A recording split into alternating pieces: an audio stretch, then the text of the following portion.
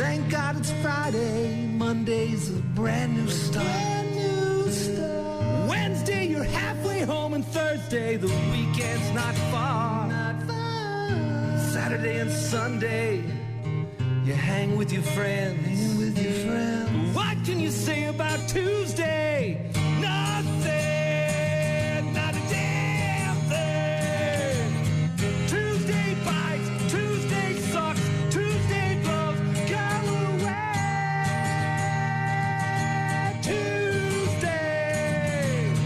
Tuesday's crap, Tuesday's lame, Tuesday's dumb, go away.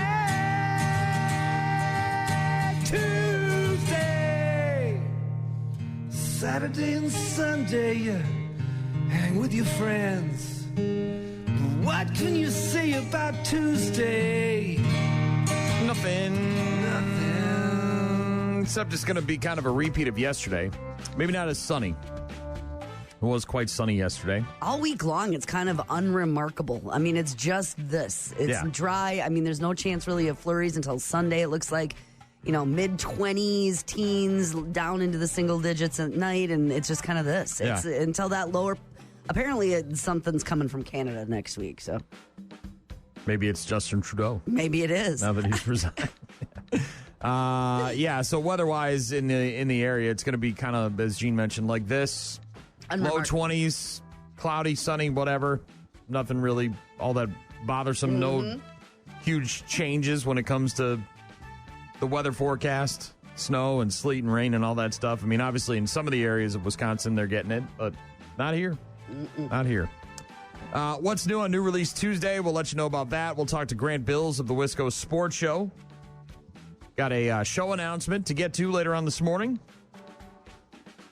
Somebody coming to the area, so we'll let you know who that is and where it is and when it is and all that stuff. Let you know about tickets. What else?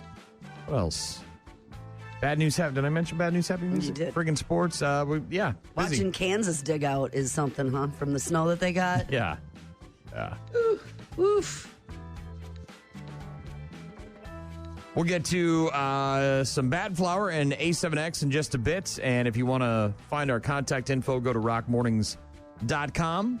You can listen to the show live on the website as well. You can also, of course, listen to our daily podcast. Make sure you like and subscribe. Rock Mornings with Brian and Gene on your rock station. Rock Mornings, Brian and Gene. As we mentioned a few moments ago, the Canadian Prime Minister Justin Trudeau announcing yesterday that he would be resigning. I intend to resign as party leader, as prime minister, after the party selects its next leader through a robust, nationwide, competitive process.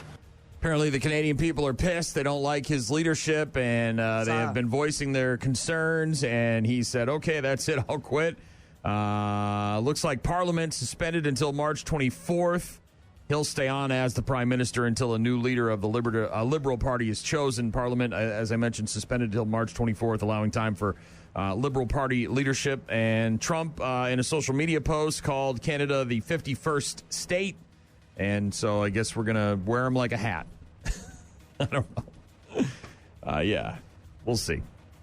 But, yeah, Trudeau, obviously, when he was elected originally, 10 years ago in 2015, there was a lot of popularity for him going in and restoring the country and all that stuff and yada, yada, yada. But apparently people not happy with the way things are going. So Trudeau's out. It'll obviously impact the things we do in the future. And we've got, of course, our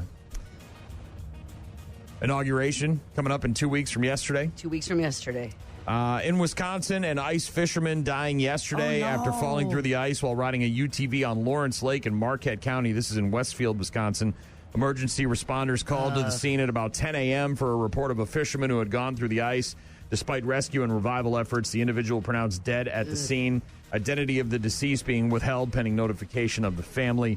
Additional details also expected as the investigation continues. Sheriff's Office issuing a safety reminder urging the public to avoid venturing onto frozen lakes or rivers unless the ice has been confirmed to be thick enough for safe activity. But yeah, that was in Westfield, Wisconsin. Another Wisconsin man dead snowmobiling in the UP. Wisconsin man dying after his snowmobile crash in Houghton County's Duncan Township on Sunday night. The Houghton County Sheriff's Office said deputies were dispatched to Trail 8 just about 5 o'clock. The crash happened on the trail between M28 and Kitchie Point Road. 63-year-old male snowmobiler pronounced dead at the scene.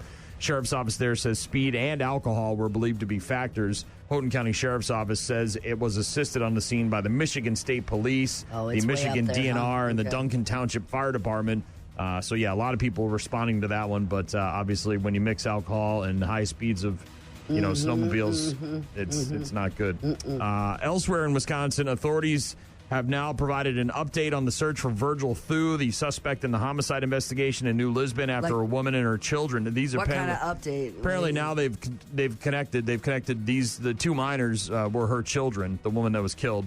But the update is that the Federal Bureau of Investigation, the FBI, along with the U.S. Marshals Service, are now also joining the search for this guy. So I'm guessing the noose is going to tighten. Yeah, the net's going to get smaller and smaller on him. Yeah, press release from the New Lisbon Police Department. Officers are now receiving assistance from federal agencies, including the FBI and the U.S. Marshals Service, in their search for Virgil Thu.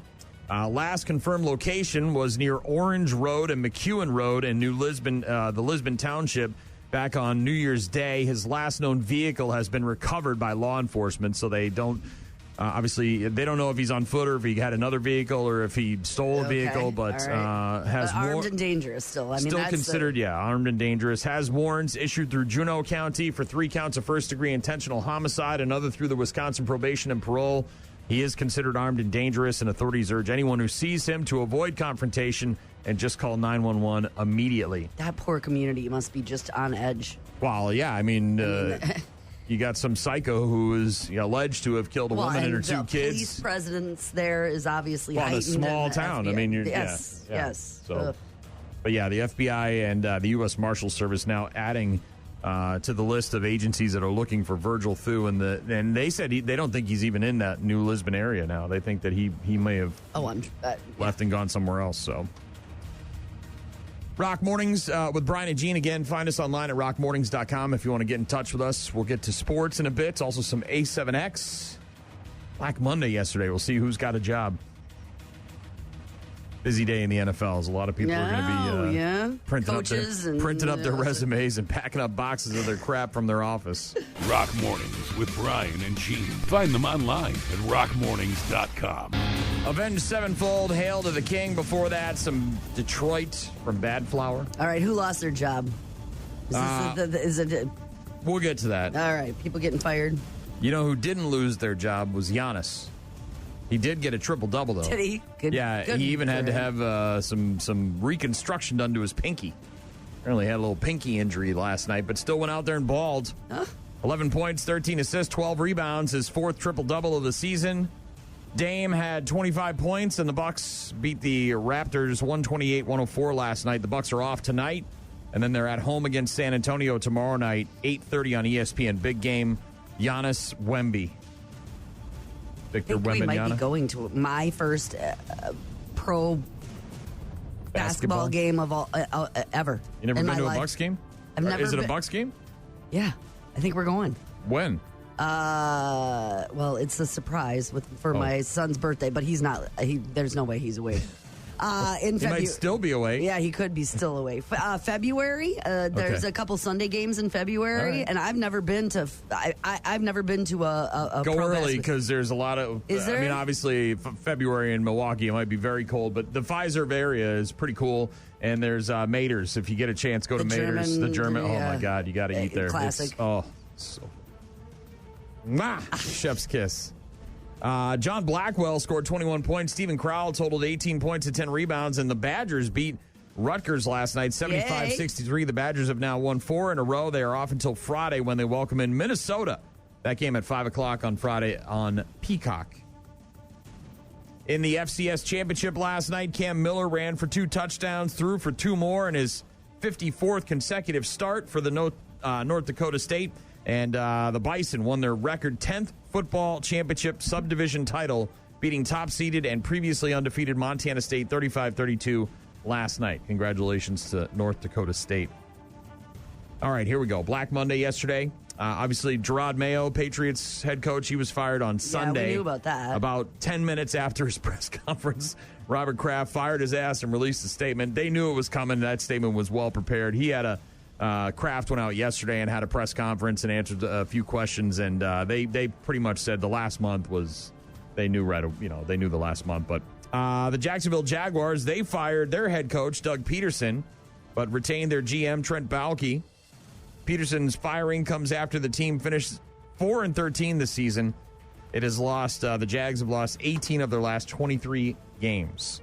Meanwhile, the Bears yes, have sought permission to speak with the Cowboys head coach, Mike McCarthy, former Packer head coach. Cowboys have yet to respond to the request. Mike McCarthy's contract expires on Wednesday, tomorrow, but the Cowboys hold exclusive negotiating rights through January 14th, and then after that, McCarthy would become a coaching free agent. How about them Cowboys?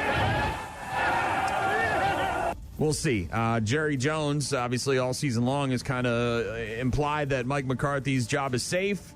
They had a little bit of a turnaround where they won a few games, and it seemed like the players supported him, but maybe it's time. Maybe Jero wants to get rid of Mike McCarthy, and the Bears might welcome him as their head coach. We'll see.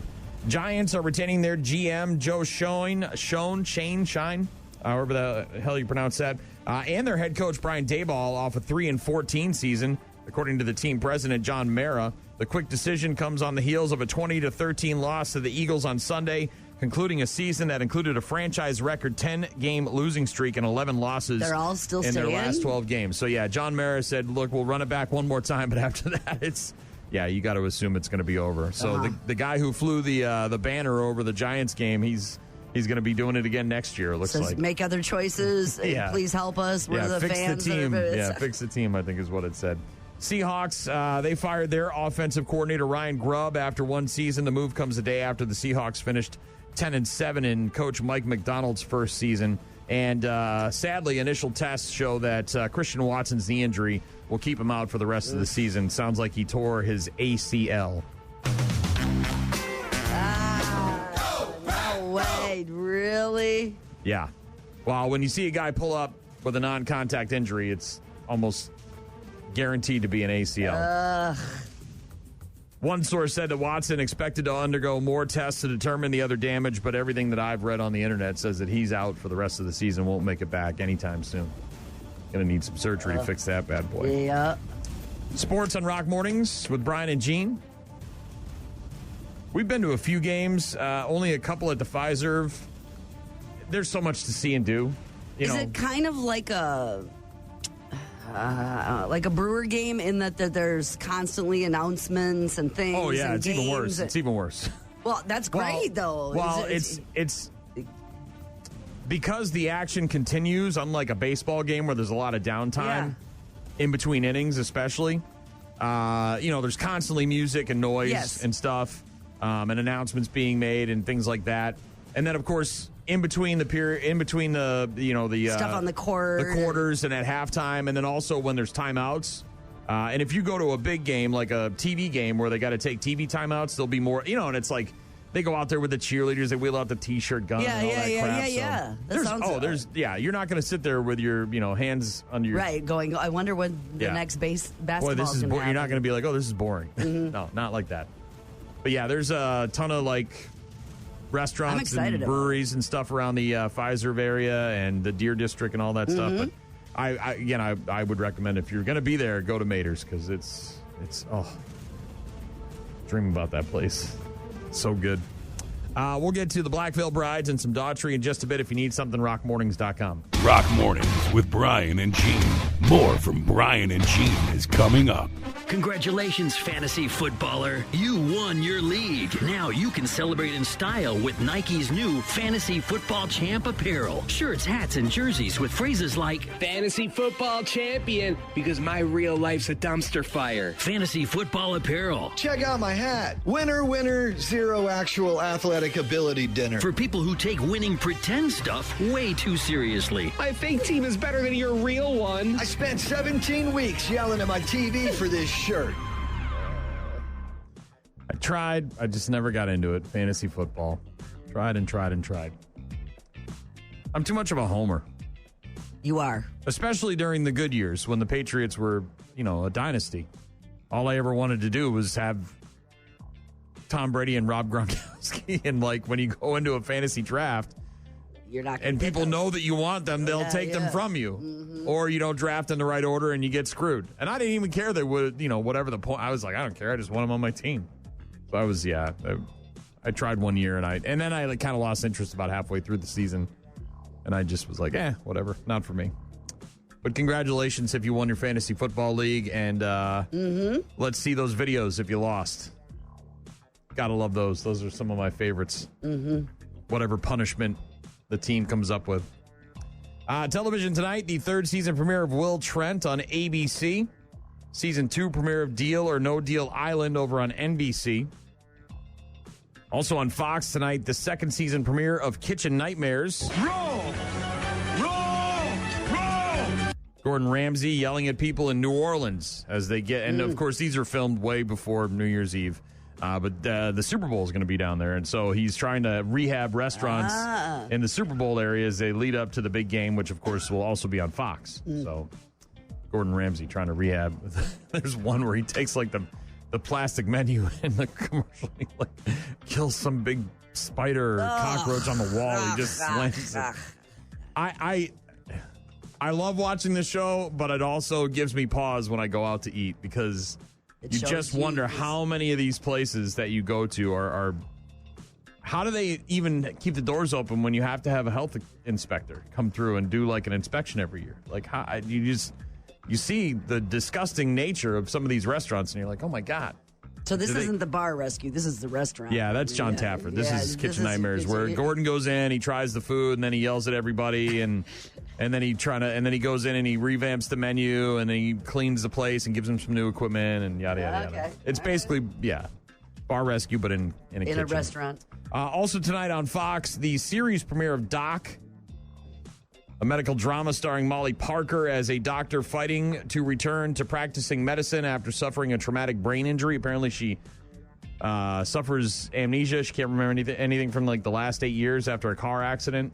But can still be a doctor? Yeah, doesn't remember that she was kind of a bitch and nobody liked her. Doesn't remember she got divorced and all this stuff. So, I don't know. She was on House of Cards. She was also in the Lost in Space reboot on Netflix. Star Wars Skeleton Crew Episode 7 on Disney Plus today. High Potential returns from its break tonight on ABC. Also, The Irrational returns on NBC. Season 7 premiere of The Rookie on ABC tonight. A lot of premieres during the month of January after I suppose. Yeah. holiday break's over. Also, the third season premiere of the reality series Coach Prime on Amazon. You've probably seen some commercials for that. Deion Sanders, head football coach, about the Colorado Buffaloes, University of Colorado. Talking about that and all sorts of other stuff. Also, the limited series Jerry Springer Fights Camera Action on Netflix today.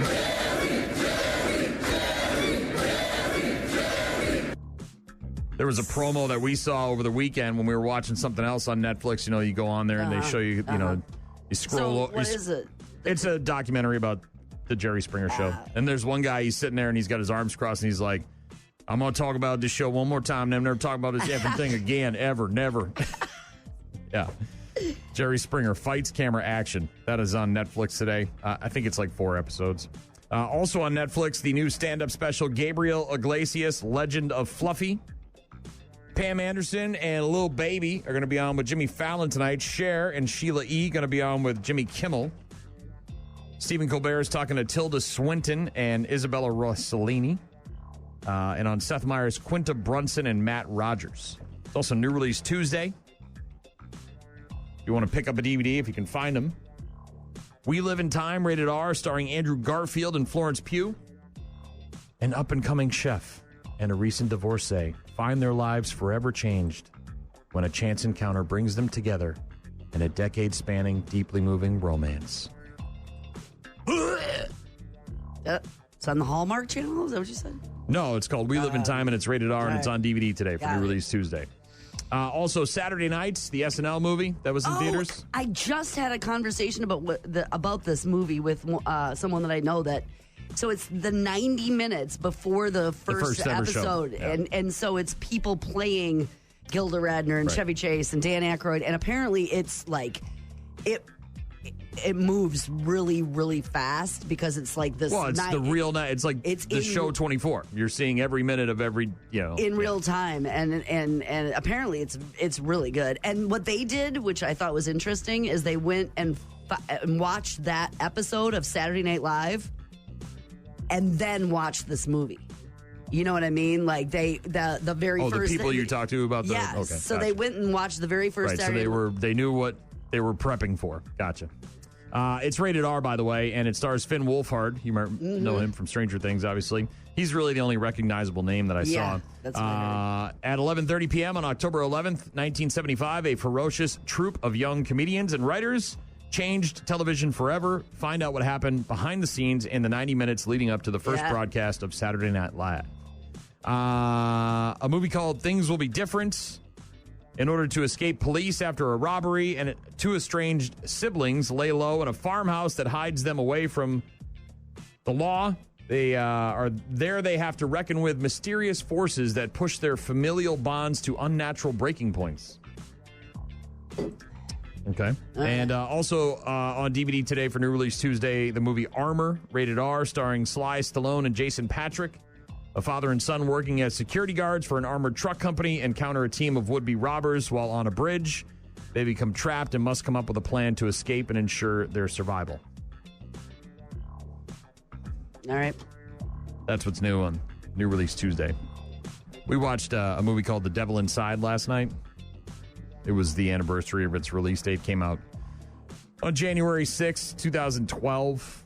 Possession. A woman's mother gets possessed when she was a kid, and they perform an exorcism, and she kills the priest and a couple of nuns or whatever, and then the girl essentially becomes an orphan after her father dies years later, and so she goes to Italy to find her mother in a mental institution to try to figure out what the hell happened, and all hell breaks loose. So, abrupt ending on that one. Mm-hmm.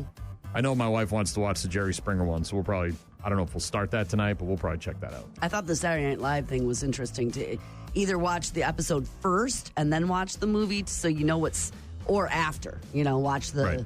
But have that queued up, the original. Apparently there's some scenes in the movie that you're seeing, leading some sketches that they're practicing and stuff that don't actually make it into the first episode either. Gotcha. Rock Mornings with Brian and Gene. Find us online at rockmornings.com if you want to get in touch with us. We will get to some AC/DC a bit later on. Grant Bills of the Wisco Sports Show is going to join us just after 8 o'clock. Also, some signs that your body needs more nutrients. And you brought up something about ChatGPT? Yeah. All right. I did. We'll find out about that in a bit. Right now, it's the Chili Peppers. Rock Mornings with Brian and Gene on your rock station. Chili Peppers with Soul to Squeeze on Rock Mornings with Brian and Gene. This weekend, the big Consumer Electronics Show in Vegas starts today. Some of the interesting gadgets that are already making news. Tell me more. A robot vacuum that picks up dirty socks. So we already know about Roombas, right? And all sorts of different ones where they pick up the dirt and the hair and the dust. You mean it can suck up clothes? It's got an arm on top that picks up stuff that you may have tossed on the floor. And moves obstacles that are light. A company called Roborock makes it. Right now, it's just a prototype. They think it'll cost somewhere around $1,000. They can pick up small items that weigh less than 11 ounces. So, yeah, pretty much socks. Maybe like a tissue. Yeah, It's a start, I guess. I don't know. I could hire somebody to clean my entire house for 10 months for that. Right. Electric rollerblades. Wasn't it, what was it, Johnny Knoxville and Jackass, right? Put, powered on that? No, he was doing rollerblades with bottle rockets on them, right? Electric rollerblades. So it's moving. It's like an e-bike? You wear the battery around your waist like a belt and control the speed with a remote. So, yeah. The top speed, by the way, 18 miles an hour. Yeah, so it's you could go to work on those. $800 for a pair of electric rollerblades. Comes with a big helmet. Yeah, all the pads. Knee pads, elbow pads. Melon. Shoulder pads, calf pads, foot pads, all the pads. Pad me up. An electric salt spoon. No, it doesn't dispense salt on your food as you eat it. It's got some kind of low voltage shock system that shocks your tongue into thinking you're getting salt. This thing has been in the works for a while, apparently. It went on sale in Japan last year. A weak current of electricity hits your tongue and makes stuff taste saltier than it really is. Right now, they're $125 in Japan. Do you need that? Do you want that? No, Do you want I want your the salt. shot? No, I want the salt. Just give me the salt. I don't need... say you can't be salted. You want your tongue shocked as you're eating? This thing's kind of creepy. A table with working legs. Think of like a Disney nightmare come to life. Yeah, the table walks. Why? It's called Mimo, and it walks around. The prototype looks like a small side table with a Pixar lamp on top. The idea is that it's an AI robot you can talk to, but also looks like furniture. So you can put something on it. But then what happens if it decides to walk around with your half-empty can of soda? It spills all over the place. So it's a companion robot, but it looks like furniture. It looks like a table, yeah. It looks like a little side table. A stringless guitar. Musicians. What's this? What do you think? Yeah, an adult version of push-button guitars for little kids, right? Yeah. $500. You can feel like you're playing guitar without actually playing guitar. This, again, is some of the highlights, the weird gadgets that are at this year's Consumer Electronics Show, which in Vegas, which kicks off today. This one's actually kind of neat. I don't know if I would buy it. It's called the Foo-Foo. And much like a little fan that you plug into your phone, that spins and kind of blows a little air on you. Yeah. This is a little cat-shaped fan that you sit on the top of your coffee mug and blows on your coffee when it's too hot. It's a tiny robot that blows on your drink to cool it down, called the Foo-Foo. Looks like a cat, hangs on the side of your coffee mug. Also works on soup. $25 for sale in Japan this year. It's one of those kitschy little funny things that you get and no one uses it. They might use it once, look about it, and then you forget about it. Because your soup will just cool down. In right, or you blow it at yourself. Take a spoon and move which it we've around. Been doing for centuries, right? My husband did get in his stocking, though, something that is not necessary but cute. It's like a little dog. It's a little rubber dog, so a couple inches tall, about this big, that sits on your stove, and its mouth's open, so you can put like a spoon. So instead of a spoon rest, you kind of put it in the dog. It's like the knife block guy where you stab him with the knives. Yeah, just a little cute dog with this. It's a spoon rest. Unnecessary, but... AC/DC coming up in just a bit. Rock Mornings with Brian and Gene. Find them online at rockmornings.com. AC/DC Highway to Hell. Rock Mornings with Brian and Gene. Got a text from Chris in Alabama. Said, every time I hear a stupid gadget or fashion picture, all I think of is that line from Jurassic Park about they could but should. I said, yeah, your scientists were so preoccupied with whether or not they could, they didn't stop to think if they should. I don't know, dude. At some point, yeah, you gotta keep inventing stuff, right? Well, yes. Things have None of that stuff sounded all that interesting, though. Like, it sounded like crap that you just are wasting your money on. At least to me. Do you know how long the bell ringing for the Salvation Army has been around? You know how long? Oh, gosh. I don't, but I'm going to guess a very long time. I didn't realize it's like over 130 years old. I was going to say, I was going to guess 125, so... Obviously, a long time. Yeah, you see them during the holiday season, usually like sometime right after Thanksgiving all the way through Christmas. I was thinking just about this yesterday because I had to do a report and I was writing. I don't think you need to explain to people when you say red kettle. Everybody knows what it is. Right. They know it's for the Salvation Army. They understand it's the season. Right. It's giving. It's donations. It helps. It's been around forever. It's iconic.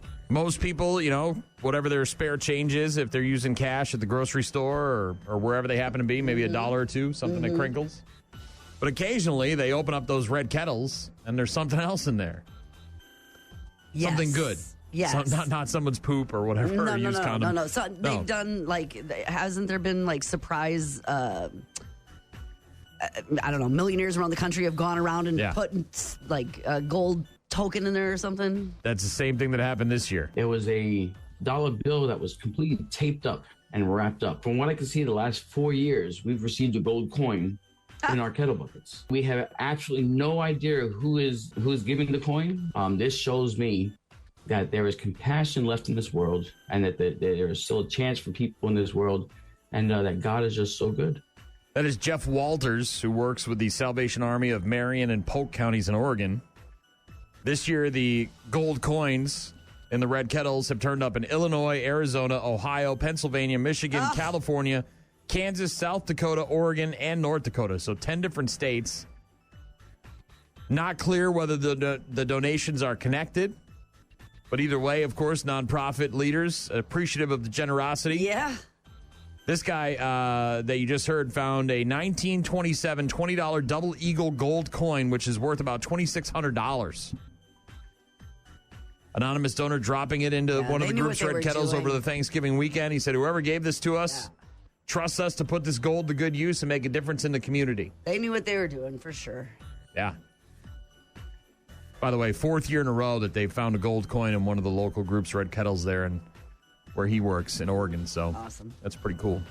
Elsewhere in Christmas-related stories, this guy was remodeling his parents' home. He owns a construction company, and his parents wanted a little bathroom remodel, so who do they hire? Their son. Yes, of course, please. And much like Chevy Chase in Christmas Vacation, as he was knocking down the wall in the bathroom, guess what he found?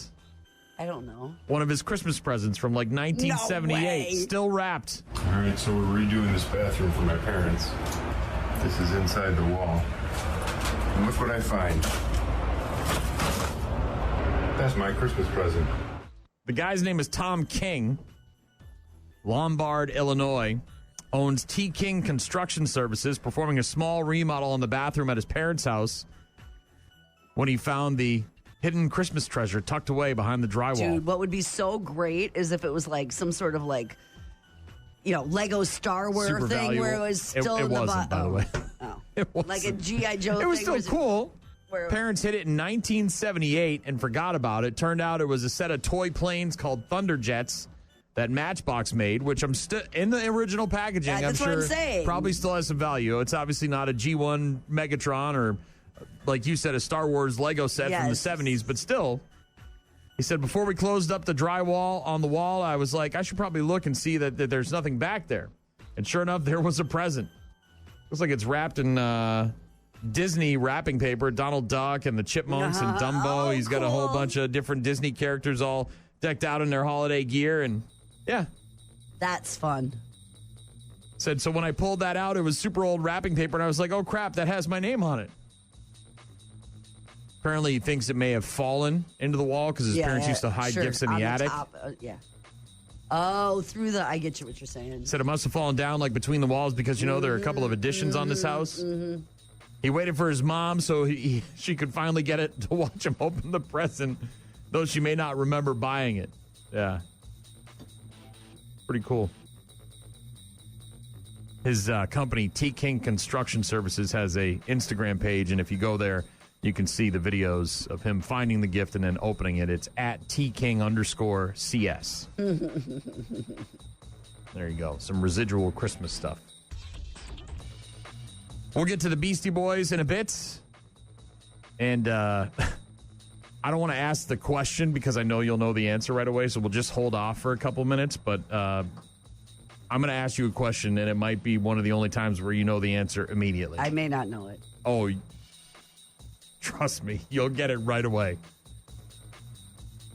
Well, now I have pressure, and I don't like that. All right, well, we'll see if Gene succomes to the pressure in just a few moments. You're making me uncomfortable. Rock Mornings with Brian and Gene. Start your day with Rock Mornings. Rock Mornings with Brian and Gene. You ready? I doubt it. Trust me, you're going to know this one. I have faith in you with this one. Put me on the spot. What? Half of Americans carry this with them in case of an emergency.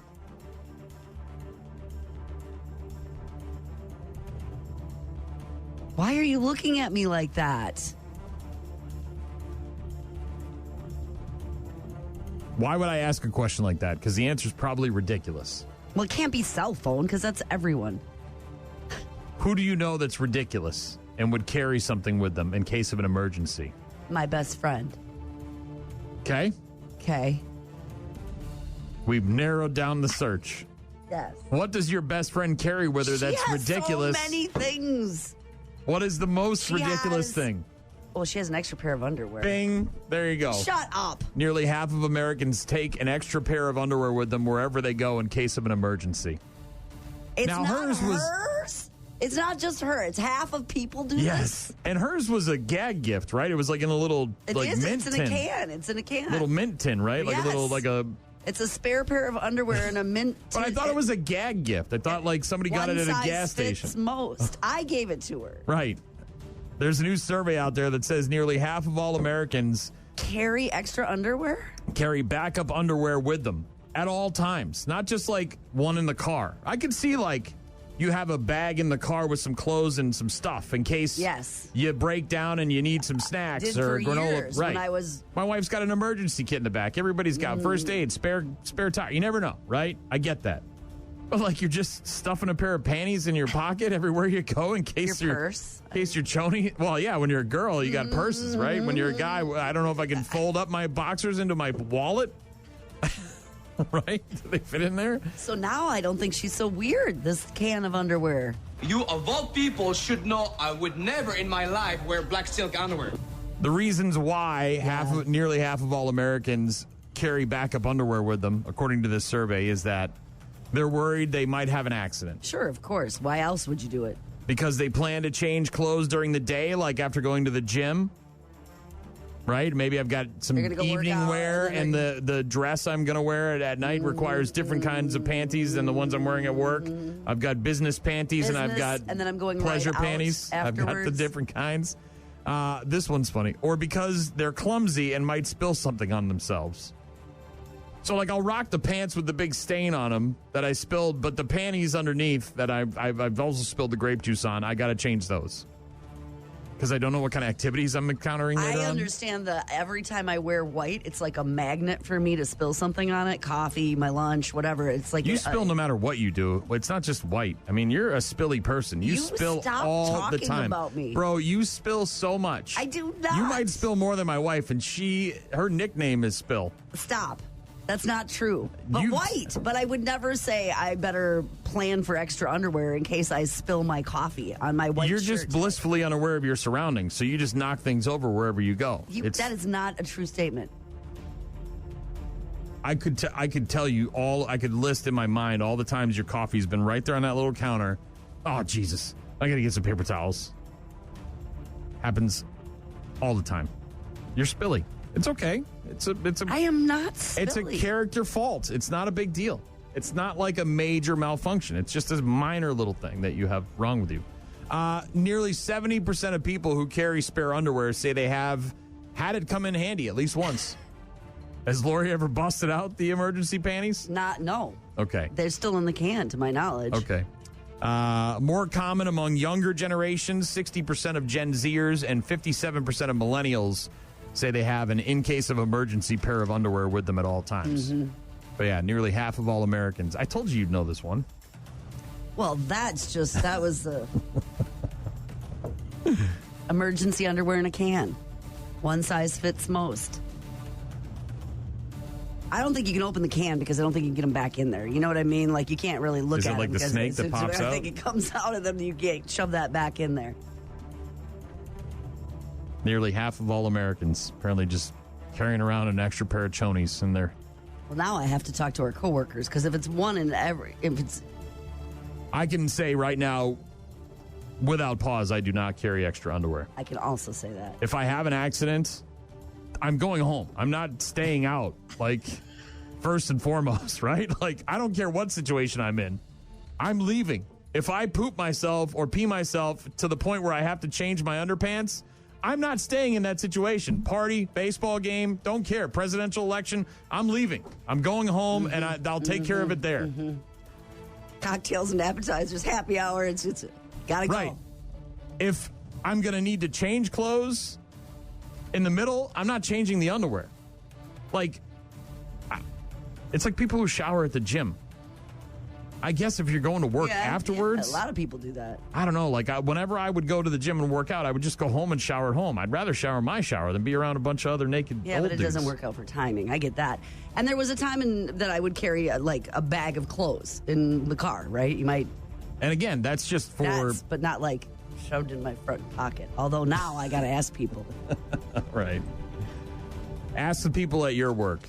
Do your own survey. Nearly 50% of Where's people your in underwear? America. Yeah, where's your emergency Sperry underwear. Where's your emergency underwear? undies?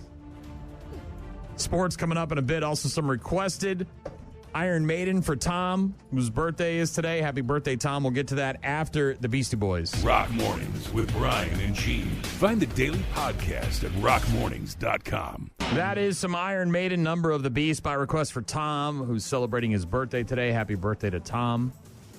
Also got a text from Nikki. Said, happy Frigid Tuesday. Great way to start the day with some Iron Maiden. Good choice. Thank you. Stay warm out there, Nikki. It's Rock Mornings with Brian and Gene.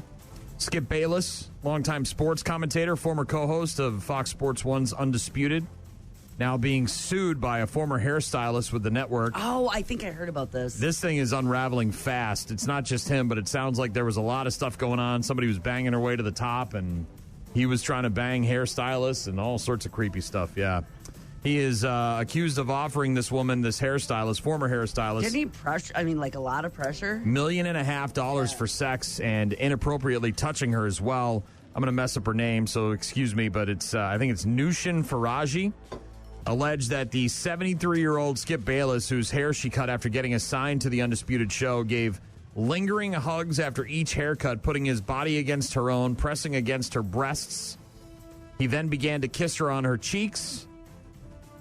The lawsuit continued, quote, Miss Faraji was uncomfortable by the physical contact and would make excuses to leave right after the haircuts. You can read a whole lot more about this if you want, but yeah, Skip Bayless, and there's another person, one of the co-hosts that apparently was like sleeping with guys to like get more TV time and all sorts of, it just, yeah, sounds like, oof.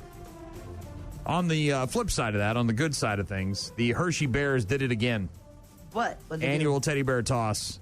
Blowing away, absolutely shattering the record for bears and plushies collected at this charity event. Is Sunday. This hockey? Yeah, 2 days ago at the 24th annual teddy bear toss. The Hershey Bears Cares Initiative held this year as the Hershey Bears hosted the Providence Bruins. They were down 1-0 to the Bruins when Bears center Mike Cigarbosa buried the puck into the net and thus began the sweet, cuddly mayhem of over 100,000 teddy bears making their way onto the ice. Cigarbosa said, quote, it's special for me. I mean, I've been here for a pretty long time, 7 years. The kids have never seen it, though. So for me to be the one to score, they always see my name on the Jumbotron, but most of the time it's for the assists. So this was a nice total. The team said 102,343 plushies were collected, well exceeding the previous record of 74,599 from last year. Those plushies, by the way, will be distributed to more than 35 different local charities, including the Autism Society of Greater Harrisburg, the Lions Club there in the area, Gigi's Playhouse in Lancaster, and many more. So very cool to see the Hershey Bears continuing to do it and surpassing the previous record by quite a bit. Those are my favorite videos. Oh, yeah. And they're buried in it. The goalie's like buried in it. Like he's like, yeah, swimming in teddy bears. Yeah. Oh. It's a pretty cool sight. There you go. Rock Mornings, Brian and Gene. We've got some Lincoln Park on the way. Also going to talk to Grant Bills of the Wisco Sports Show. Do that just after 8 o'clock. And we also have a concert announcement. We'll get to that after 8 o'clock as well. Rock Mornings with Brian and Gene. Weekdays, 6 to 9. Godsmack Truth, Rock Mornings, Brian and Gene. Grant Bills will join us just after 8 o'clock, talking Wisco Sports. He is the host of the Wisco Sports Show. He is. Heard around the state. Yeah, and the country and the world, the universe. Reel it in a little. The galaxy. I don't think it's that much. Wow. You can pick up radio signals in space. Mm-hmm. If you're looking to lose a couple of lbs this year, you got to make sure you're getting enough nutrients, right? You don't want to just like drink water. You got to all the quinoa and the kale. Don't want to overdo it. The Brussels sprouts. And a recent study found that more than half of people worldwide not getting enough vitamins and minerals in their diet. And that's not even people who are dieting. It's just people eating food. Here are some things to look forward to. Look for that is a sign your body may need more nutrients. Brittle fingernails. Okay. Yeah. Eyelid twitching. Obviously, could be stress, caffeine, eye strain, low on sleep, but it can also be a sign that you're low in magnesium. Bananas, beans, spinach, fish, nuts, oatmeal. Good ways to get some of that. Knees keep clicking. Could be an age thing. Knee injury. Or popping, cracking, clicking sounds could just mean that you're getting old, but it also could mean you're not getting enough calcium or vitamin D. So vitamin D is important, especially this time of year. If you bruise easily. A lot of people say, I bruise easily. I have my entire life. What am I low in? Some people just more prone to it, especially as you get older, but it can also be a sign that you're low in vitamin C, which helps produce collagen, or vitamin K, which could help your blood clot. So, some nutrients. Your body needs more nutrients. Be on the lookout for that if you're changing up your diet in 2025, trying to do things differently. Speaking of that, you got in my face this morning about something dumb, and I had no idea what the hell you were talking about. You came in here and you started shouting Chat GPT. And I did not shout. I don't know what the hell you were saying. I never shout. There's a lot of gibberish. And you know me, I am anti-AI. I am anti-anything that has to do with the Terminator. So I want nothing to do with this. But go ahead and spew your hatred. That's not hatred. I wasn't angry. I thought it was cool, actually. All right, so what is it and where did you find it? I just learned that you can, basically, with Chat GPT, you can put in a budget. You can say, I would like a meal plan for 7 nights for a family of 5, and I want to spend $100 or whatever. And I shop here, and you can put, So you put all those quantifying Walmart, things Trader into Joe's, Festival Foods, Target, whatever, wherever you shop, and then it will give you a menu, and then it will also give you a grocery list, which I thought was really interesting. Have you done this already? I have the menu and I have the grocery list. I haven't gone and bought it to find out. So this is kind of like the app on your phone where you take a picture, and they've had commercials on TV for this, where you take a picture of what's in your fridge, and it's like, hey, tell me what I can make with this. For people who are not good in the kitchen. Different than that. This but it's similar in the sense that, I want the computer to do the thinking for me. Well, and in my case, I have to cook gluten-free because we have 2 celiacs in our house, right? So I can put that in there. You can also say, I would like the menu to be low in salt or high in protein, or I would like it to be low calorie, or I would like it to be vegan, or whatever your situation is. So while I thought it was interesting because it came up with my menu, I did 5 nights for 5 people, $100, and I went to Festival Foods. That's what I did. You're going to feed 5 people for 5 nights for $100? Yes. So this is now I didn't do lunch and dinners, and as an add-on last night, because I was trying it last night, I did 1 week's worth, and then I'm like, oh, okay, now give me packable lunches for 1, because Ella takes lunch to school. So then it added that onto and then I'm like, okay, now give me a second week, because I wanted to see how much the menu varied. And there are some similarities, right? There's a pasta night, 1 week it was meat marinara, the next week it was like a broccoli Alfredo. There was a stir fry, a chicken vegetable stir fry kind of thing, both weeks, right? There's some similarity, but this first week was taco night, with lettuce wraps or corn tortillas, and the second week it was shrimp tacos, right? So there's some similarities, but you need a computer program to tell you to get taco night? I don't need it. I think I don't. I've never. But what has it done that's different than what you're already doing? What I think it's cool is here's the baked lemon herb chicken with roasted vegetables is night 1. Taco night with lettuce wraps, gluten-free spaghetti with meat sauce, sheet pan salmon with rice and beans, and then stir-fry vegetables, right? So then it gives me my grocery list. And you need 2 pounds of chicken thighs, you need 1.5 pounds of ground beef, blah, blah, blah, blah, blah, blah. And so it's pantry produce. Does it spew out the recipes too? Yes. So yeah, if you're a person that can't think for yourself. Or you're sick of thinking for yourself. Do you know how much of my life is spent meal planning and then making a grocery list and then buying the groceries and then making the meals? It's one of those things that's it's constant. And I think what's cool is if you know you want to stick within a budget. I would like to feed my family of 5 for, the 5 days. I want breakfast, lunch, and dinner, and I can spend $150 or whatever, and here's where I shop. It gives you suggestions at least. And, if you're not used to cooking or you're new to having a family or new to try to budget, I thought it was cool. How often does it sneak a food in there that'll kill you? It Because that's doesn't what look like that's what anything. AI and Terminator robots do. It doesn't look like it's killing me at all. When does it take over and start It looking doesn't for look Sarah like that. Connor? Estimated costs as shopping at Festival. It does tell you the brands, too, because I asked specifically about that, because with gluten-free, it's important. So it gave me, like, you can buy the Festival food brand or you can buy this brand. And So you're going to go there this week and do that? I think I might try it once just to see how close it actually comes to my budget. That's what I think is interesting, right? Is it pretty accurate based on, the current prices or how much is it off? We like to cook different. That was the other thing I said to my husband last night when I was talking about this. Is it always going to be kind of similar things, or is it going to be, does it do, for instance, would it do a regional thing like tater tot casserole, or something more like a pho, a Vietnamese soup, or is it going to be kind of the same, a pasta, a taco, a stir fry? Is it going to be the same kinds of things, or is it going to venture deeper into it? So, all right. Well, good luck. Chat GPT. Try it for dinner. No, thanks. Just go pick up some steaks and some veggies and some potatoes. It's worked for me. I'm good. But I hope it works for you. I hope your computer doesn't transform into an evil robot and kill you with ChatGPT on it. I don't think it's going to happen. I'm not concerned. People in 1984 didn't think that the Terminator was coming happening. back in time. All that stuff. Just saying. We'll get to some Falling in Reverse after Linkin Park. Rock Mornings with Brian and Gene. Find them online at rockmornings.com. Bad Guy from Falling in Reverse on Rock Mornings with Brian and Gene.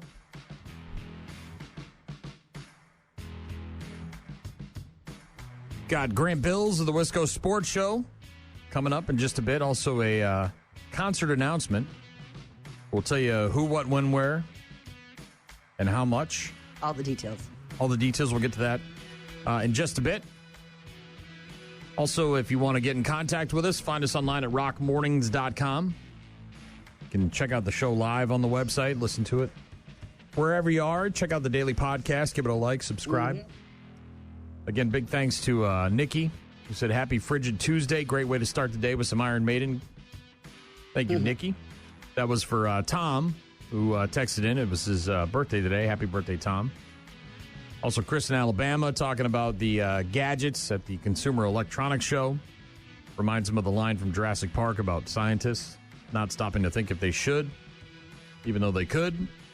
Also, we had a text from another Tom. Wanted to know how it's going on a fine and glorious Tuesday morning. Oh, that guy's in a happy mood. I said, not too bad. How are you? And he said, well, here's why. He said, absolutely amazing. Just got back Sunday from an awesome week long Caribbean cruise with my family. So, yeah, he's probably feeling real good. Probably tan, a little tan. Got some vitamin D from the sun. He also wanted to know if we have any segments where callers can call in with nearly impossible trivia. We don't do any kind of nearly impossible trivia. Sorry, Tom. But you're welcome to call in anytime you'd like. Yeah, or text. And yeah. I can come up with a question via text if you want. I'm trying to think of one. Half of all people carry what, Tom? Emergency underwear. Have you started your survey yet? No, I haven't seen any of our other. Well, no one's here. I'll go ask. There's like two other people in the building right now. So one of them should have underwear on them, is what we're saying. Well, I don't have any, and you said you don't have any. So both of them should have underwear. And neither Rick or Keith, Tracy, or Tracy has underwear. Has emergency underwear. Somebody's got to have them. I would guess Tracy, if anybody. She seems the most prepared. She does seem prepared. Rick's sort of like, he wears sweatpants a lot, so I just kind of feel like he's not. I don't need to know whether and he have you has seen his hair? He doesn't even look like he does his hair. I don't know what's going on. I don't know if there's. And Keith, who knows what the hell's going on with Keith? He probably has 7 pairs of underwear. He's very. He might. back there, yeah, in that studio, there might be several tucked away in different nooks and crannies. All right. Well, Cedric's coming in. Ask him. He doesn't have. He might. Well, he's got a big office upstairs. He does. Executive, very important. Never know. Might have a meeting or something. I'm sure he doesn't want that business out there on the radio. Metallica coming up in just a bit. Rock Mornings with Brian and Gene. Weekdays from 6 a.m. until 9 a.m. You know the name. You love the band. It's Metallica, Sad But True. And in May, I'm going to see him in Nashville. Very excited for that. Can't wait. Sad but true, Metallica. Lauren Cohen is 43. She plays Maggie on The Walking Dead. John Rich from Big and Rich, Save a Horse, Ride a Cowboy. He's 51. Jeremy Renner, Hawkeye in the Marvel Cinematic Universe. He's 54. I think it's been 2 years since his accident where he almost died, right? Yes. Was that the Crushed snow by machine? the snow machine or whatever it was? Yeah. Nicolas Cage is 61. What do you think I'm going to do? I'm going to save the f***ing day. I love him. Nobody can do it like Nick Cage. Kathy Valentine, the Go-Go's bass player, is 66. She's got the beat.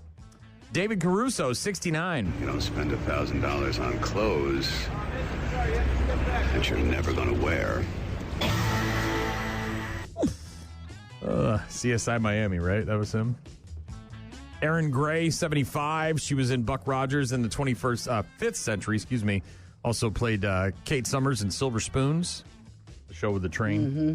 Kenny Loggins, the soundtrack king, is 77. Footloose. I'm all right. Mm-hmm. Nobody worry about me. Dustin Diamond played Screech on Saved by the Bell. Born on this day in 1977. He died 4 years ago in 2021. And the writer of the book The Exorcist. There's a book? They made a book out of that? William Peter Blatty, born on this day in 1928. He died in 2017. It's the power of Christ that compels you. Mm-hmm. Still considered to be the scariest film of all time. 50 years old. Still got it. January 7th, 1927, 98 years ago today, the Harlem Globetrotters played their very first game in Hinckley, Illinois. 67 years ago today, 1958, Gibson patented the famous Flying V electric guitar. You might have seen that on stage in a few places. That, of course, has become a favorite amongst rock and rollers. The television show Fame made its debut on this day in 1982 on NBC. I'm gonna live forever. 5 years ago today, 2020, The Professor, legendary drummer for Rush, Neil Peart, died of brain cancer at the age of 67. And 4 years ago today, 2021, Tommy Lasorda died at the age of 93 of a heart attack. Weight Watchers, right? Wasn't he Was he? I think, well, he was a baseball coach, obviously, but I think he did, was it Weight Watchers? I don't Commercials that he did? Remember. I think that's what he was out there shilling, but there you go. Some important dates in history along with some birthdays. And coming up, another important date you're going to want to put on your calendar, March 22nd. That will be a Saturday. Saturday, March 22nd, on Alaska Omni Center, our friends in Hairball coming back to the town, or the area, if you will. I know this Friday they're going to be at the Pablo Center in Eau Claire. They are performing this Friday night in Eau Claire. That's correct. And you can get tickets for that show, obviously. Obviously, if you've seen Hairball, you know what to expect. A bombastic celebration of all things rock and roll. Costume changes, pyro, fireworks. Yep. Thumping bass. What's crazy beers, is they've been doing this everybody for else. 25 years. I know. They're celebrating their 25th anniversary. And in honor of that, 4-day tickets go on sale this Friday for the show at the Omni Center for only $25 a piece. Now, that 4-day ticket sale lasts Friday, Saturday, Sunday, and Monday of next week. So take advantage of that if you want to see Hairball at the Omni Center on Saturday, March 22nd. After that, tickets go up to $30, and then there'll be $35 day of. There are a limited number of VIP tickets available for $50, and you can find out more online at hairballonline.com. Mm-hmm. Pablo Center this Friday night, though, if you're in the Eau Claire area and you're looking for something to do, that is Friday night at the Confluence for Hairball. And then, as we just announced, March 22nd. Things will be warmer, it'll be spring, it'll be a Saturday night, and it'll be loud. I can guarantee that. Yes. Just $25. Got Grant Bills joining us here in just a couple of minutes, so stick around. Rock Mornings with Brian and Gene. Start your day with Rock Mornings. Rock Mornings with Brian and Gene, and joining us right now, the host of the Wisco Sports Show, heard weekday afternoons from 4 until 6 p.m. on multiple stations throughout the state of Wisconsin and all over the world on a bunch of different websites. It's Grant Bills. How are you, sir? I'm doing excellent. Simpson, nice to chat with you again. Gene, welcome back from your luxurious vacation. It's nice to talk with you again as well. Thank you very much. I appreciate that. Let's get right to it. Is LaFleur and the Packer organization stupid for allowing Jordan Love and Christian Watson to play in a somewhat meaningless game and both get injured. Obviously, Watson's injury is season-ending, and Love will probably be okay. But are they stupid for doing that? I don't think so. Some Packers fans might think so, and like that's a fine opinion to have. I think they needed a good performance, even if it was just a half, because Jordan Love really hasn't been all that great the last few weeks, and Watson had been hurt. And as he's coming back and getting healthy, I didn't really want his first action back to be in Philly. Watson gets hurt a lot, and I am not really going to put that on the Packers. Well, they shouldn't have played him in a meaningless game. Well, I can't have part-time players. You know what I mean? So, like, if he goes out there and gets hurt, I guess then he gets hurt. Jordan Love's injury, dude, get rid of the ball. Like, it's the third time this year he's been running around or holding the ball in the pocket, and he's taken a lick or he's banged his elbow. So, no, I don't really hold it against the Packers. There was seeding on the line. It was a game against a rival, and I think they had a lot to benefit by going out and playing some good football. They just didn't. But if Packers fans are like, I don't know why they played anybody, I think that's also a fine opinion to have. It's just not the one that I hold. All right, so we get to we move on to Philly on Sunday, 3:30 start. What do you see from the Packers going into the game against Philadelphia? Well, Philly doesn't have a ton of weaknesses. They run the ball, obviously, really well. Saquon Barkley's been, like, I don't know, if all positions were equal, he's maybe the MVP of the league this year. Their Speaking of that, I want to interject real quick while we're on the topic of him. Are you disappointed they didn't allow him to go for it, even though it's technically not the same record because they play more games? It is a little lame. I don't know. I understand why they didn't, because you have bigger aspirations, right? You want to be healthy, you want to win a Super Bowl, but I don't know. It is a little lame, and I understand why people would be frustrated. But he's awesome. The Packers are going to have to deal with him. The Eagles have a great O-line. They have two stud wide receivers, a great tight end, and their defense is awesome. I think if it had been under 100 yards, they would have put him out there for at least a couple of series. Think so? And yeah, I think if it had been somewhere around 75, 80, they probably would have put him out there for a couple of series just to see if he could get close, and if he was close enough. I mean, you look at what happened with Mike Evans in Tampa Bay. You look at these. I don't know if he's got a contract thing in there in terms of breaking probably not, but obviously the record itself is, I mean, it's been around for 40 years. You know, it'd be awesome to have that record. I don't know, 101 yards. You could pick that up on a Tuesday, you know? Well, he could pick that up in 3 runs with that O-line and with the way that he's capable of busting some big ones. So that's mission number one. The weird thing, the most thing that I'm confident in the Packers defense is actually their ability to stop the run.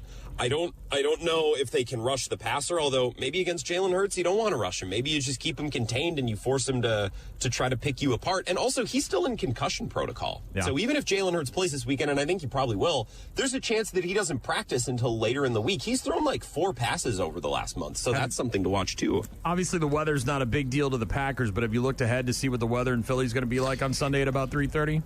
Isn't there a little snow? Someone tweeted that at me yesterday. I saw there was potentially going to be some precipitation. I think both teams, the Packers are used to being in the cold. I don't know that they're a great cold weather team, but the fact that one team has Saquon Barkley and another team has Josh Jacobs, like both of these teams are just fine with getting really down and dirty in the snow, and that could be kind of fun. I love snow games, whether or not they benefit my team or not. I just think it's great television and it's great theater. Grant Bills, host of the Wisco Sports Show, joining us each and every Tuesday after about 8:10, 8:15. Next up, let's talk Badger basketball. They're on absolute fire right now after the holiday break. They've won 4 in a row, including a game against Rutgers last night. Now they wait until Friday before they start getting into the border battle between them and Minnesota. Are the Badgers you got to assume they're going to get ranked again here this week with the upcoming AP Top 25 coaches poll, all that stuff. Have they got a legitimate shot at like a Final Four run here, or what's the sitch? Well, if they shoot the ball like they have the last 2 games, yeah, I think they could just be the best team in college basketball. They scored, what did they score against Iowa on Friday? 116 points, the most ever in Kohl Center history. The most shots they missed in a row in that game was 2. At no point in that game did they miss more than 2 shots in a row. Like, they just shot the hell out of the ball. And then last night, they got off to a really hot start. They shot the ball brilliantly in the first half, and they slowed down a little in the second half. But then their forwards took over. Like, Stephen Crowell had a huge couple-minute stretch last night, and Carter Gilmore was great. This is a really fun team because they can light the ball on fire, but they also, I still think, have some tenets of old school Badger basketball. Like, they can get downhill and get to the rim, and they're tremendous from the free throw line, which is something that is so useful to have in close games, in conference tournament and an NCAA tournament play. Like, that's just a skill you want to have. The Badgers have it. They're an absolute blast to watch. I love this team so much. Last night was a blast. And Rutgers, look, that's a team that had this incredible recruiting class, this super talented NBA, prospect-loaded backcourt, and John Blackwell and Kamari McGee kind of showed up last night and stuffed it in their face. In a place that's really tough to play, like the RAC is not a place that teams walk into and succeed. So, yeah, I don't know if Badger basketball for most folks is front of mind right now with the Packers playoff push going on, but last night is as impressive as a win as you'll have. Next up, your least favorite subject, the Bucks. You tend to not like to talk about the Bucks while the Packers are playing. But obviously a nice little trip. He messed around, got a triple-double, but he hurt his pinky last night with the win. And the Bucks, they seem to have been struggling the last week or so. Lost, 5 out of their last 8. And, a long season, obviously, in the NBA. But how do you feel about the Bucks right now? I suppose I feel fine. The one thing that I'm struggling with is when the Bucks lose, if someone's missing, if one of their big three, whether it's Giannis, Chris, or Dame didn't play, right, the reasoning is, well, the superstars haven't been on the court, together, so they're not winning. And then when they're all healthy and they play together and they don't play well, it's like, well, they haven't played enough. So like, even when they're healthy, right, I don't know, it hasn't seemed, at least over the last week, they've lost to some bad teams. Brooklyn, they beat Toronto last night, thankfully, but they just haven't really been able to string good basketball together over the last week or two. It's January. Like, this is, in my lifetime, this month is notorious for even the best teams just kind of coasting. So I feel as good about the Bucks as I think I can right now. I feel a lot better than I did a month or two ago, which is a great spot to be. What about the rumors of Dame and San Antonio? Is there anything to that, or is that just internet fluff? I didn't see those rumors. I have seen people talking about how the Bucks could maybe acquire Jimmy Butler because he wants out of Miami. They would have to probably include Chris Middleton in that deal, which up until this point I think would be a no-go. But, man, Chris, this is classic Chris Middleton, though. He looks old, and he looks like he can't move, and then you get into a playoff game, and he's healthy, and he's hitting hitting everything off the floor. Yeah, I know how you feel about Chris Middleton, because it's like, God, why are they keeping this guy? And then all of a sudden, they get into the playoffs, you're like, oh, that's why. Yeah, well, especially, and he's always, for whatever reason, had some of his best games against the Celtics, so you would know. But I don't know. I think this is the team. They got to figure out how they want to do Bobby Portis, Brook Lopez. Brook really hasn't been closing. I don't know if he's slow to step on defense, or I don't know. They're tinkering with kind of the final 20-30% of the rotation, and I think that along with more time for Giannis, Dame, and Chris playing together, I think that's the next step for this team. Yeah, you hear Jimmy Butler and you're like, oh my God, the guy's an all-star, he's a superstar in the league. You want to get that guy on your team because you don't want him going anywhere else, but what do you do with him when you get him on the Bucks? I mean, how do you got 4 guys that can score, but you only got 1 ball. Yeah, only 1 ball, and Chris Middleton's hurt a lot. So is Jimmy Butler. Go look at how many games he's played the last couple of years. That's part of the reason why Pat Riley last year got sick of him. Is he's like, look, we got this guy making all this money, talking all this smack, and he doesn't play. He doesn't play nearly enough, and he's not available. So if you're looking to upgrade from Chris Middleton for a player who's available more, I don't know that that's necessarily Jimmy Butler. Again, Grant Bills, host of the Wisco Sports Show, on the phone with us every Tuesday just after 8 o'clock, talking about all things Wisconsin sports. And speaking of the Bucks, my gal Jean apparently might be going to her first ever NBA game at the Pfizer. What kind of advice would you give a first timer? Well, when's she going? I'm February, probably a Sunday in February. There's a couple with Grizzlies and the 76ers, but I've never been to an NBA game ever. Well, Fiserv's great. Here's what I would tell you, Jean. Here's what I would do. I would just get there early so you have time to kick around the arena, because there's some cool spots. Like, there's a cool, lounge club upstairs with green lights. It's fun. You can go have a drink there, hang out. There's a balcony that looks over the Deer District. So I would, you can get lunch and you can get a drink. The Deer District in downtown Milwaukee has lots of cool, tiny spots and lots of new spots.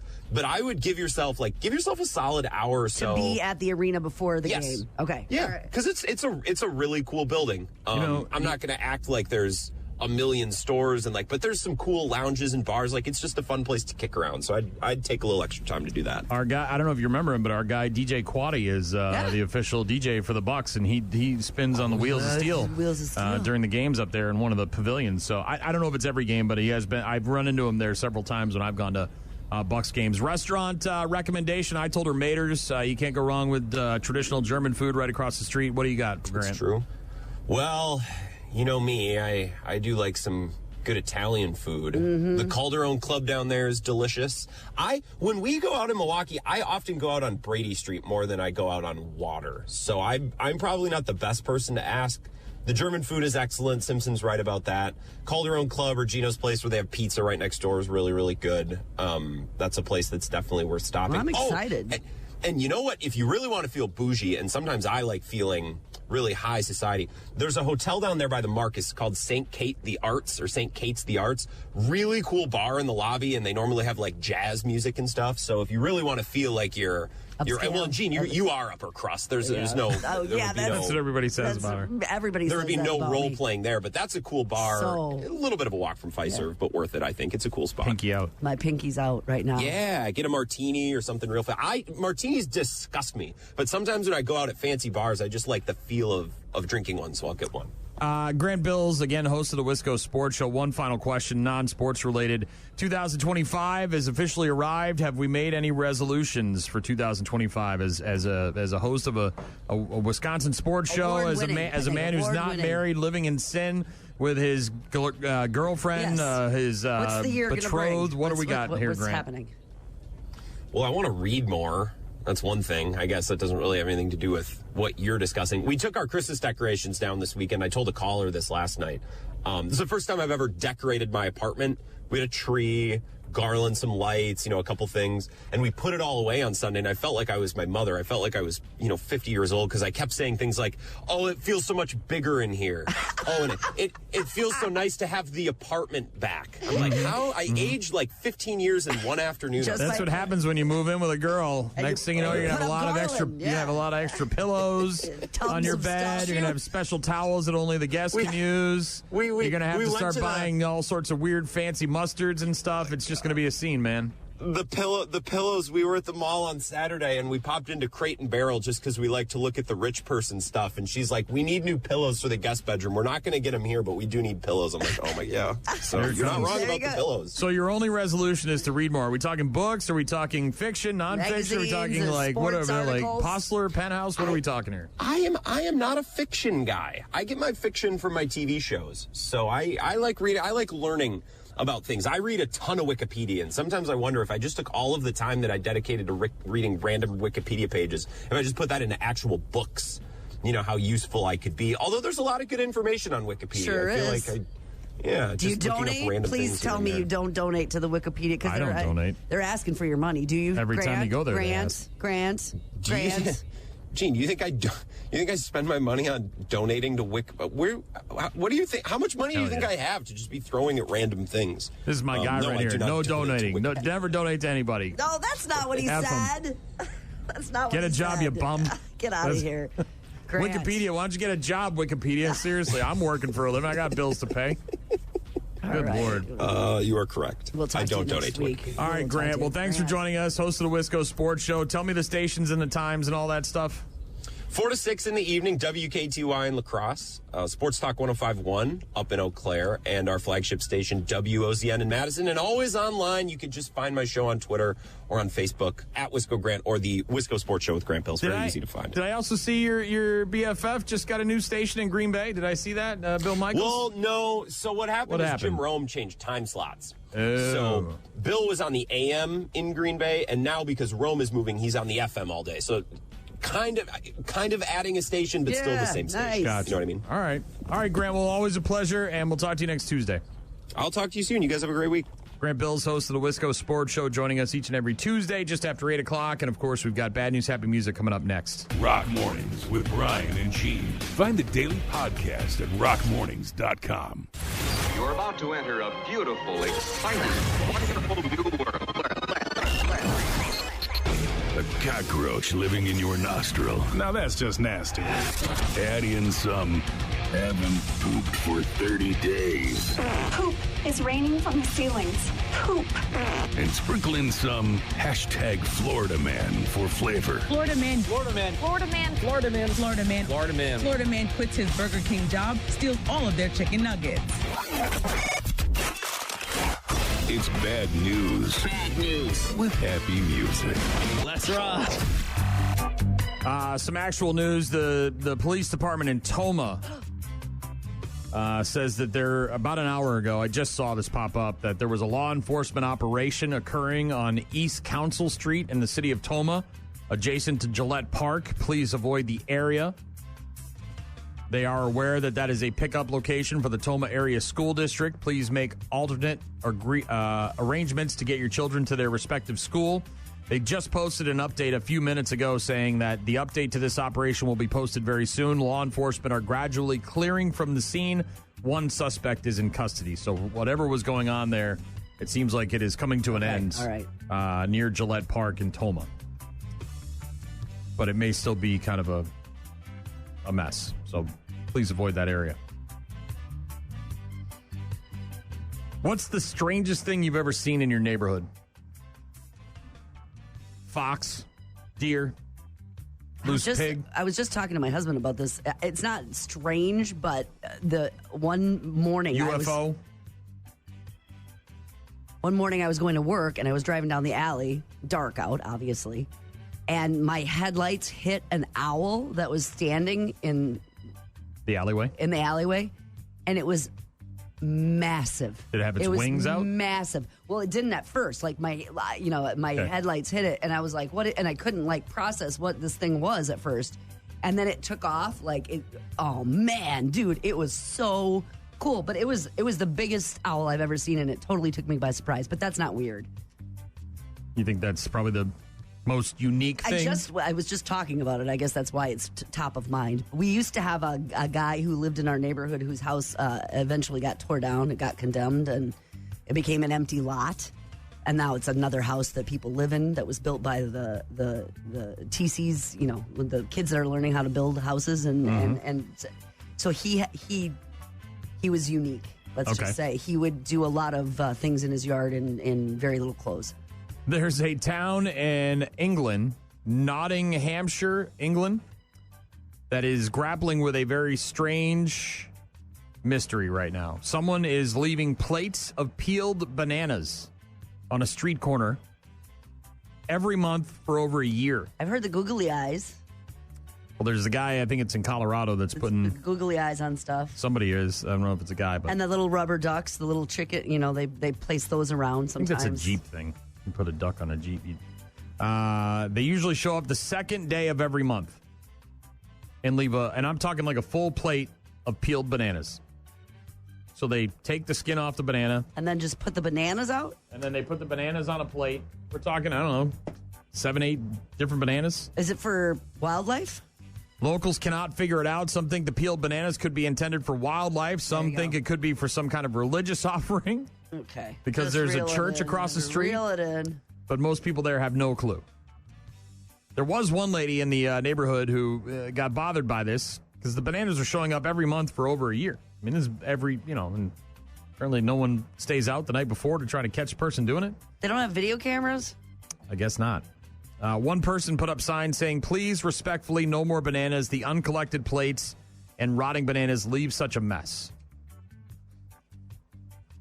However, that woman later decided to take the sign down. She said, I don't really want to make it a feud. I don't want it to become a big thing. I think it's a special thing for someone, and I wish them well. But if they could come back and clean up the mess a few days later, that would be lovely. Unclear if any officials are looking into this banana thing or if any detectives are on the case. Oh, my God. But you would assume that because it's 2025 and cameras are everywhere, that somebody would just install a wildlife camera somewhere and figure out who the hell's leaving out a plate of bananas and why do we care? And why do we get it's just such a mess. Come on, not man. Really a mess. It's just some bananas and a plate. I don't know. You pick up the bananas and you throw the plate away. It sounds more like an art project type thing. Solved. You know what I mean? Like, no, I bet it's some sort of religious cult. Yeah, it's is what it is. The banana hammocks. Yeah. A plate of bananas. Do they know we have car-sized drones flying over New Jersey? Do they know that? And we're worried about a plate of bananas? So we've been blessed here. It's just kind of cold and gray and miserable. But in a lot of places around us, they're getting whacked with snow and sleet and ice and rain. 18 inches outside of Kansas City. Yeah. There's a huge swath of the country right now nailed by snow and ice. And Obviously, it's very nice to see people help out. Yeah. During those situations, a car might break down, end up in a snowbank. But this is bad news with happy music, so that ain't what happened. It started out like that. A 32-year-old man in St. Louis got his car stuck in the snow while trying to get into a parking garage. Thankfully, another guy in an SUV showed up to help get him out. However, things took an unexpected turn right after he got unstuck when the same guy who helped him robbed him. The man who got stuck parked his car in the garage after he got unstuck. Then the guy who helped him walked up with a gun and demanded his keys. Good. Bad. Oh, no. I'm the guy with the gun. The guy gave him his keys and then ran off and called the cops. Yeah, the guy's got a gun, right? Turned out the guy who robbed him never actually took the car. It was still in the garage when the cops got there. They're still trying to track this other guy down. So he took the keys and then left, but didn't take the actual vehicle? I guess. Thanks for getting me unstuck, bud. But your car is real nice. And he had an SUV of his own. Right, he used it to help get this You would assume. vehicle out. Huh. You would assume. You don't have to go into a lot of detail here, Gene, but little spanking going on every once in a while over there? No, What not are a you thing? talking You guys about? have been married a long No. time. No, What? No. No, none of that? Playful spanking? Remember how I bruise easy? Remember that earlier this morning? Well, these two guys apparently enjoy a little bit of spanking, and it got out of control. Hashtag Florida man James Newland, who is 61, along with his 33-year-old boyfriend, went to the bedroom last week to have relations. Okay. According to the cops, the younger man said Newland told him he liked it rough. So he smacked Newland's butt hard enough to make a handprint. No. After Newland told the victim to stop and that he was hurt, the man said he was sorry, put his underwear back on, and went back to the living room. Newland, however, was not satisfied. Probably not going to end well. Went back into the living room after he put his underwear back on and allegedly grabbed a revolver from a side table and pointed the gun at the victim, saying, "You want to try me? You want to F with me?" No, I wasn't trying to. As the victim departed the residence, Newland fired one shot into his front porch's pavement. During questioning when the police arrived, Newland reportedly admitted to the shooting but claimed he would never hurt anyone and was only trying to scare away his boyfriend. Newland, who smelled of booze and had slurred speech, gave consent to search the home where cops found approximately 9 firearms with a bunch of ammo. 2 other guns were removed from his car. Cops noted they found a bottle of lotion located on the left side of the bed in the bedroom. Wonder what that was for, Gene. Baby oil? What would you use a bottle of lotion for? Newland arrested, charged with aggravated assault with a deadly weapon. All that went bad. 2 misdemeanor gun counts, released from county jail on New Year's Eve after posting a $25,000 bond ordered to by a judge to have no contact with the victim, by the way, who apparently is now terrified? Yeah. Yeah, I bet. A 33-year-old guy spanked him too hard Yeah. on his bottom. And then it sounds like it escalated quickly. Very quickly. You'd think you'd know how hard your partner wants to get spanked. Isn't there an... Dude, it sounds like there's a lot of There's no steps. unresolved There's issues no there, steps because there's- in between the spanking and then the gun. And then guns, yes. It just goes Lots right of from guns. spanking to gun. Mm-hmm. That's a brazen step. Angry. Very angry. Boy, it started out so nice. Going in here, we're going to have relations. We got the lotion. Wow, you have a lot of guns. Taking Oh, my Mr. underwear off. Angry man.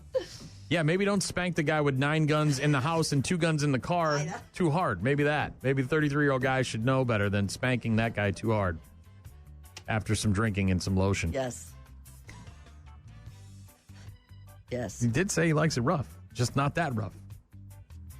Maybe there's a rough-o-meter they can break out. You know what I mean? Like, start out, like, how about this? Little, one of these. And how about How many guns are around here, just as a question? In this studio? No, I mean, like, I was going to that say, makes a I don't know if you conversation. want to know the answer to that question. Well, you got to assume that the guy probably knows he's got guns. I mean, if they're intimate, maybe he doesn't know it's 9. That's the point of the gun is you have to have it where you can reach it. And there's 9 places in that apartment where he has to have a gun that he can reach. I understand. One would be right after getting spanked too hard. Man, I'm glad none of the girls that I spanked too hard had guns or didn't want to use them at that point because, boy, I spanked some hard. Yeah. Anyways, moving on. Last but not least here, a inmate in Georgia named Kenneth Gibbs was using his prison wallet much like George Costanza. Okay. It was really full. Do you know what a prison wallet is? I don't. I can imagine. What is it? I can imagine. I'm guessing there's very few places to put things. Ding. Yes, much like George Costanza, who had all sorts of receipts and what did he have? Chinese fortune cookies in there and all sorts of stuff. I mean, that thing finally exploded on him. This guy, I don't know how you get all this in there. I don't know. Somebody's got to be helping you put all this in there, right? You can't just This is right? Kenneth Gibbons? Kenneth Gibbs. Gibbs. A 43-year-old inmate in Georgia caught trying to smuggle a whole lot of stuff in his rectum. A whole lot. Like a whole lot. Rectum damn near killed him. Where was he? He's smuggling it in? Into the jail. Okay. I think he knew he was going in, and so he preemptively snuck. He packed. He packed for the long trip. He did. He did. What did he pack? I don't know if it was organized in there or if he just sort of haphazardly threw it in the suitcase or what the deal is here, but Kenneth Gibbs had 2 vape canisters. Okay. Those are small, yeah, right? Small. I'm assuming. 4 syringes. Okay. I'm assuming the syringe itself is plastic and then there's a plastic tip on the needle. I'm guessing. You're not putting maybe that. They're wrapped up somehow. One vape cartridge. Okay. I don't know the difference between a cartridge and a canister. What's the difference? I don't know. But they're both about this. Google it. Tell me how big it is. 3 batteries. It doesn't specify if they were A's, double A's, D's, C's, 9 volts. I mean, I can't imagine those square ones going there easily. 1 cigarette lighter. I'm assuming like a Bic cigarette lighter and 64 grams of marijuana. Kenneth, by the way, facing multiple charges, could be looking at more time, initially locked up for theft, possession of meth, and violating parole. And as he knew he was going in to spend some quality time in his favorite spot, he decided to try to sneak in a whole bunch of vapes and marijuana. How big is a vape canister and how big is a vape cartridge? I'd rather pack a cartridge than a canister. The canister is significantly larger? Let me just say that. If I was packing, I would much rather take a cartridge. So are the canisters the biggest of the items? Probably not bigger than 64 ounces of marijuana. So you put the marijuana in first? Because you pack the heavy stuff in first. And we don't know the battery size either. Well, let's assume the marijuana is the biggest item. So you put that in first, right? Or it creates a soft landing spot for all of the other items? It's a cork. And then I would assume, God, I don't even know. The cigarette lighter maybe next? You got butane and vape and marijuana and needles in your ass. Boy, you really got to want to be doing drugs to be putting all that up your butt. You do. Oof. I don't know if he had a partridge in a pear tree up there as well, but Kenneth Gibbs is going to be spending some quality time in prison with his prison wallet. You think other inmates are like, damn, dude, like high five, you got all that up and you're like, you know what I mean? Like, do you think other criminals are like, damn? No? Well, maybe the stuff was for them. I tell you what, you look at his mugshot, by the way. And you say that guy. It looks like he still has it in him. Like he's very, look at this guy. Doesn't that look like the guy who's got a bunch of stuff up his butt and he's just waiting to get into the cell so he can take it out? He looks uncomfortable. Yeah. He looks very uncomfortable. Bad news, happy music on Rock Mornings with Brian and Gene. We'll get to our check-ins after Bush. Rock Mornings with Brian and Gene. Weekdays, 6 to 9. Call. Hello. Email. I tried emailing you. Text. So many ways to check in with us. Check. We rely on you guys for traffic updates, requests, and all sorts of other stuff. Check this out. Rockmornings.com is the website with all of our contact info. Listen to the show live on the website. Check out the daily podcast. Give it a like and subscribe, please. we get more subscribers, our company can make more money and not pay me any of it. Marnie sent me a Facebook message, said, I thought you'd like to see people being people. And it looks like a guy who's about to kiss a shark. I have yet to watch the video, but my guess is it doesn't go well for the guy trying to kiss the shark. Is he in the water? Yeah, he's underwater. He's in a scuba suit. Okay. Scuba Steve. It's not his fault he can't read. Hip hop anonymous. I got a message from John on Facebook as well. We played some Iron Maiden earlier for Tom and Cashton, who is celebrating his birthday today. Happy birthday, Tom. And John said, I went to Iron Maiden in the cities a couple of months ago, and they never played The Beast or Run to the Hills. Super disappointing. Really? Wow. Look. You're talking about a band that's been around forever. For 40 years. They don't have to play those songs. They've got a million other songs. However, you also have to know those are your huge radio hits, in America at least. Yes. And maybe you should play at least one of them. One or the other? Yeah. Sorry, John, I apologize. Apparently, they're if you're going to see them in 2025, they say they're going to be playing stuff they haven't played in a long time or ever. So, really? Yeah, that's exciting. If you're, yeah. Josh sent me an email. Said 9 guns. That guy must be a menace. LOL. It's not so many the amount. It's the anger curve. There's yeah. I mean, like, my dad had a ton of guns. Like, he had guns all over the house. They were loaded. I told you all about this. My dad was a psycho. He was the kind of guy who shouldn't have guns loaded around the house. But he was afraid that someone was going to break into the house, and he would need a gun at a moment's notice, and he needed it to be loaded and ready to go. I know. And so there were loaded guns all over the house. And how I didn't kill myself as a child is beyond me, because I loved showing off my guns to my friends, man. I can totally see how it happens with kids. Like, it's the coolest thing ever.